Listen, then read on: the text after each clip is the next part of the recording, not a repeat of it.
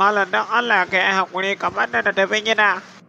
Yaro yau babu inda zaka muna nan tare da kai ba da ina koyarwa hankalinka na wani wajen ba.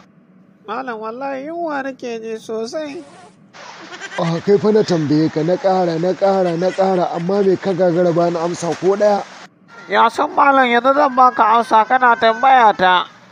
Bayan kai shirman banza da nawafi ka sa a gabanka amma ba haka ba ana koyarwa hankalinka na wani wajen. Malam yanzu ka tambaye ni in ban baka amsa ba ka ajiye ni har gobe. Na yadda. Ka ce ka yadda to wannan ita ce babbar dama gare ka. Tambayar da zan ma ita ce menene sunan matar shedan? Ya san malam ban je ɗaura auren ba.